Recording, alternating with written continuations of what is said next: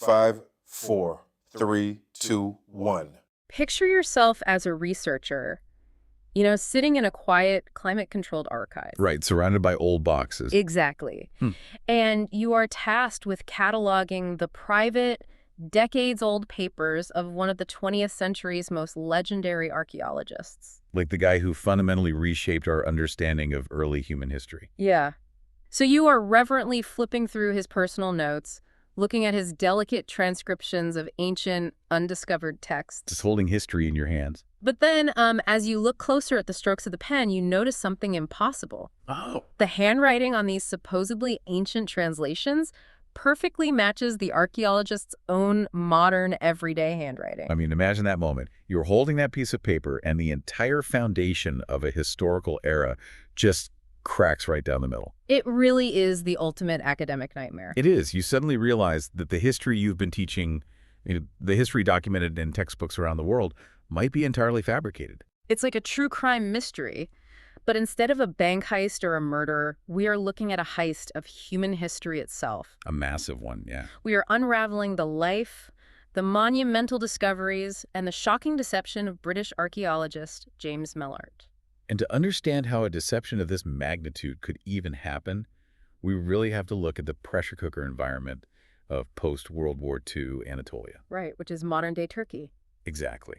The world was recovering from immense global trauma, and humanity was asking these profound philosophical questions about its own nature. Like, where did we come from? Yeah, where did civilization actually begin? Were we inherently violent, or did we start in a state of peace? And Anatolia was basically ground zero for those questions, right? It was. It was geographically positioned right in the cradle of where the transition to agriculture was believed to have happened. Because the moment human communities settle down to plant crops, you get the spark that eventually leads to everything else. Right, you get property, social hierarchies, cities, empires, all of it. So the pressure to find an untouched prehistoric settlement in that specific region was just immense. The scientific community was essentially waiting for someone to deliver the origins of civilization on a silver platter. They really were. And James Mellaart stepped perfectly into that void. Because the typical mid-century archaeologist was usually perceived as this quiet, meticulous academic, right? Yeah, someone who spoke mostly in footnotes and focused strictly on the metrics of pottery shards. But Mellaart was entirely different. He was bold, highly charismatic, and this enthusiastic communicator. He knew exactly how to make the ancient past feel deeply relevant to the general public. It kind of reminds me of a modern-day tech CEO. He wasn't just doing the dry data analysis, he was selling the vision of the past. That is a perfect way to put it. He understood that raw archaeological data, like foundations and bone fragments, it just doesn't naturally capture the public's imagination. You have to arrange it. Right? You have to arrange that raw data into a cohesive narrative. It's similar to a film director taking hours of silent clips and editing it into a blockbuster film. Adding the sweeping soundtrack and everything. Exactly. Mellaart possessed this unique ability to look at the dirt and see a vibrant, living world.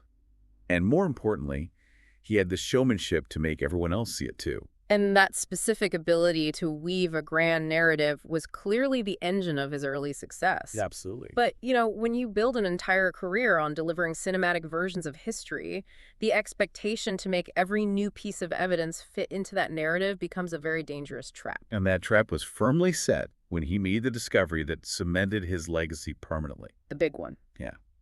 In the early 1960s, he began excavating a site called Çatalhöyük.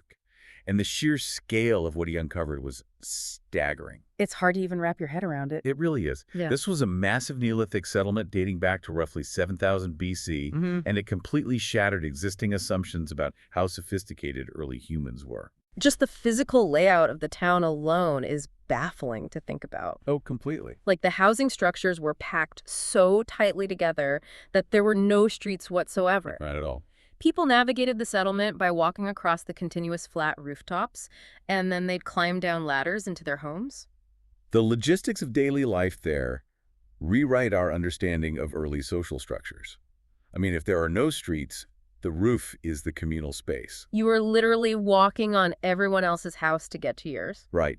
And inside those dense overlapping spaces, researchers found elaborate wall paintings, reliefs of animals, and these really complex burial sites. Under the floors, right. Yeah, the inhabitants were burying their dead right under the floorboards of their own living spaces. That physical evidence alone was enough to make Çatalhöyük one of the most important archaeological sites in the world. It was a gold mine. But Mellaart didn't stop at just reporting the structural findings. He began spinning these sweeping, overarching theories about the people who lived there. This is where the storytelling kicks into high gear. Right. He excavated these female figurines from the dirt and used them to claim he had unlocked their entire belief system. He pitched the idea of a widespread, ancient matriarchal religion centered around a mother goddess. Which is a huge leap. It is, but you have to look at the cultural zeitgeist of the 1960s to understand why that specific idea exploded the way it did. Because of what was happening in modern society at the time. Exactly. The public, and even many scholars, honestly, were deeply inspired by the vision of a peaceful, goddess-worshipping utopia. It was the 60s, after all. Right. It offered a stark alternative to the patriarchal, conflict-heavy history that had dominated Western textbooks for centuries. So Mellaart basically handed them historical proof of a peaceful matriarchy, perfectly timed for what people wanted to hear. Exactly. He handed it to them on a silver platter. Okay, but let's unpack this for a second. Jumping from a carved piece of stone to confidently claiming you've identified an entire society's global religion feels completely untethered from the physical evidence. It is a massive stretch. Right. I mean, a female figurine could be a child's toy. It could be a teaching tool, a portrait of a specific ancestor, or literally just art. It could be anything. So looking at a small clay artifact and declaring it absolute proof of a matriarchal religion steps entirely out of scientific methodology and into speculative storytelling. It really does. Good science requires your interpretation to remain strictly anchored to the data. Not your imagination. Right. Mellaart was projecting a very specific, highly detailed narrative onto highly ambiguous artifacts. And people just went along with it. Well, the public enthusiastically bought into the Mother Goddess narrative, but many academics quietly recognized that these massive theories were highly speculative. Okay, but if his peers knew his interpretations were that speculative, they should have been scrutinizing his every move. You would think so. Especially considering he had already given the archaeological community a massive reason to doubt his credibility years earlier. Oh, yes. Long before Çatalhöyük was fully excavated. Yeah, I want to talk about this because this is wild. The Dorak affair. The Dorak affair is where we see the mechanics of academic oversight begin to fail spectacularly. So what exactly happened there? So in the late 1950s, Mellaart published highly detailed drawings of these incredibly rich artifacts. We're talking swords, figurines, jewelry. Stuff that belonged in a museum. Exactly. And he claimed they came from royal tombs at a site called Dorak. But he published these findings without ever actually producing the physical objects for verification, didn't he? He did. He claimed he had seen these spectacular artifacts in the private home of a woman he just happened to meet on a train. A woman on a train? You can't make this up. I know. He said he spent days in her house diligently drawing the items. But when Turkish authorities and other scholars attempted to verify these finds, the entire story just dissolved. Shocking. The woman vanished. The house address he provided didn't match up to a real location. The actual physical artifacts were never seen by anyone else. Only his highly detailed drawings of them existed. Just a sketchbook. And the Turkish authorities naturally assumed that if the artifacts were real, they were being illegally smuggled out of the country, so they temporarily revoked his digging permits. Which is a pretty big deal for an archaeologist. A huge deal. But the broader academic reaction is what truly highlights the systemic problem here. How does a scholar bypass the peer review process and publish unverified drawings of missing artifacts in rigorous academic circles? It comes back to what we were talking about earlier. He leveraged his growing reputation and the intense urgency of the post-war era. I just really want it to be real. Exactly. The artifacts Mellaart drew represented the exact missing links scholars were desperately looking for to connect different ancient Anatolian cultures. So the drawings fit perfectly into the lingering gaps in the historical record. When someone delivers exactly what the academic world wants to see, confirmation bias just takes over. The desire for the story to be true is so overwhelming that rigorous standards of evidence are quietly lowered. They wanted the missing link, so they accepted a sketchbook as definitive proof.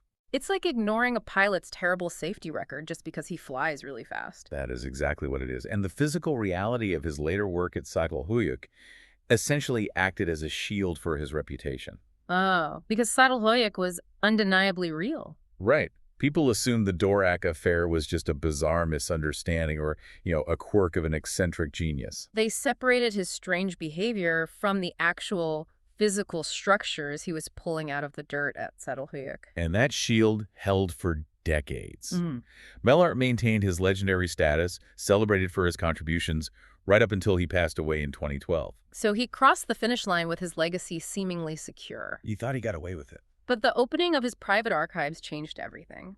Scholars cataloging his personal papers, his field notes, and his massive archives didn't just find disorganized research. No, they did not. They found undeniable forensic-style proof of fabrication. Researchers found evidence that some of the drawings, the inscriptions, and the supporting documents Mellaart had used to bolster his most spectacular theories had been completely manufactured by his own hand. Wow. The analysis of his supposedly ancient Luwian hieroglyphics is particularly damning. Because Luwian was a very real ancient script used in Anatolia, right? Yes, it was real. And if Mellaart had actually found new Luwian texts in the context he claimed, it would radically rewrite our understanding of early language and literacy in the region. So it was treated as foundational evidence for his big theories. Exactly. But the forensic researchers analyzing these texts noticed critical anomalies in the drafting methods. They looked really closely at the stroke order and the pen pressure. The mechanics of how he was writing it? Right. Because when an ancient scribe writes in a language they are fluent in, the strokes are fluid. I just write it. But when someone forges an ancient script, their pen hesitates.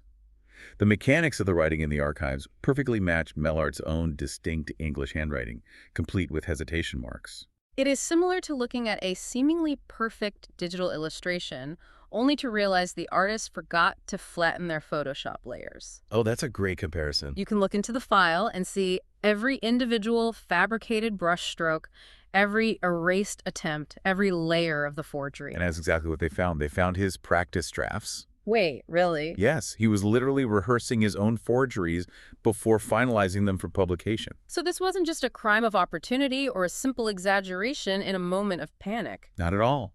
It was the painstaking, deliberate construction of fake evidence designed to support his ideas. But why? Why would someone who made a genuine, world-changing discovery feel the need to sit in his apartment and rehearse fake languages? It's the million-dollar question. I mean, a researcher who literally held the ancient world of Çatalhöyük in his hands. He already won the history lottery. He had secured his place in history. Scholars continue to debate the psychology behind it, and the theories generally split into two distinct camps. Okay, what's the first one? The first centers on relevance and ego. As the decades passed, new generations of archaeologists began excavating Çatalhöyük, using modern, rigorous methodologies. We were fact-checking him. Exactly. And they were systematically dismantling his grand theories. The data wasn't showing a matriarchal goddess religion. It was revealing a much more complex, nuanced, and, frankly, less cinematic reality. So the theory is that he forged the documents to keep his name in the headlines and maintain his grip on the narrative. Right, to stay relevant. But the second theory is perhaps more psychologically complex and, honestly, a bit more tragic. How so? It suggests he wasn't trying to deceive people out of pure malice, but because he suffered from an extreme form of confirmation bias. Like he couldn't let go of his own idea. He genuinely believed his own theories were absolute truth. When the physical evidence emerging from the dirt stubbornly refused to support his hypothesis, he felt justified in creating the evidence himself. He decided to basically help the truth along. He manufactured the proof to force the rest of the world to agree with what he was convinced was already real. It operates like a noble lie, at least in his own mind. It is terrifyingly similar to a medical researcher faking clinical trial data because they quote-unquote know in their heart that a drug works and they just need the charts to reflect their belief. It is the ultimate danger of falling in love with your own hypothesis. Definitely. But if his private notes and supporting texts were a systemic fabrication, it puts a massive question mark over every textbook printed about Çatalhöyük in the last 50 years. Which brings up the biggest problem. How does the archaeological field isolate the genuine history from his tainted legacy? It's a huge mess to untangle. Do we have to take a giant eraser to everything James Mellaart ever touched? No, we don't. We have to firmly separate the physical discovery from the intellectual deception. Right. The archaeological site of Çatalhöyük is a physical reality. The dirt doesn't lie, even if the person digging it does. The actual structures are still there? The architectural structures, the dense layout of the houses, the burial practices, the genuine artifacts pulled directly from the ground. Those remain enormously important to our understanding of human history. So the site itself is safe. Yes.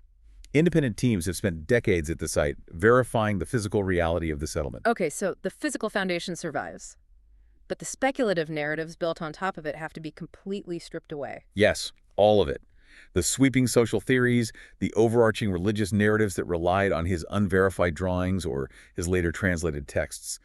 All of that fabricated supporting material is discarded. It is a painful recalibration for the discipline, but it really serves as a powerful testament to the scientific process itself. It really does. Science is not a single discovery. It is a constant, ruthless process of refinement. Extraordinary claims require extraordinary verifiable evidence. Exactly. Through rigorous peer review, through new independent excavations utilizing better technology, and through the intense re-examination of archives, the truth ultimately surfaces. The scientific method is essentially designed to slowly burn away human bias and ego. It proves that the foundation of history must be hard, verified data, not just the charisma of the person telling the story. It makes you wonder, how much of history is shaped just because the person telling the story was really charismatic. History is incredibly vulnerable to the people who narrate it. We will let someone write the textbooks if they are confident enough and tell a story we desperately want to hear. It's human nature. The responsibility of future scientists, and honestly of the public, is to never stop questioning the narrative. Because archaeology, and really any historical science, isn't just about the physical objects we pull from the dirt. No, it's not. It's about constantly, rigorously questioning how we know what we think we know. It took decades and an entirely new generation of scholars to look past the charisma and check the stroke order of the handwriting. If we lose that rigor, we aren't studying history anymore. We're just reading historical fiction.